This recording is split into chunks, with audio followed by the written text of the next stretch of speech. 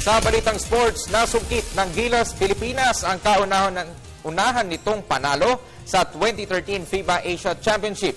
Ito'y matapos talunin ng Gilas ang koponan ng Saudi Arabia sa laban nito kagabi sa score na 78-66. Bagamat mas maliit kumpara sa mga manlalaro ng Saudi na naig pa rin ang teamwork ng Gilas kung saan nagawa nitong butasin ang opensa at depensa ng kalabang bansa.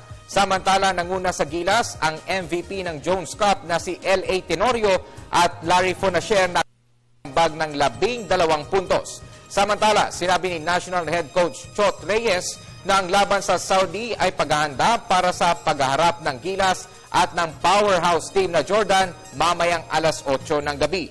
Hangad ng Pilipinas na maipanalo ang first rounds ng FIBA Asia Championships upang makakuha ng magandang seeding papasok sa knockout quarterfinals.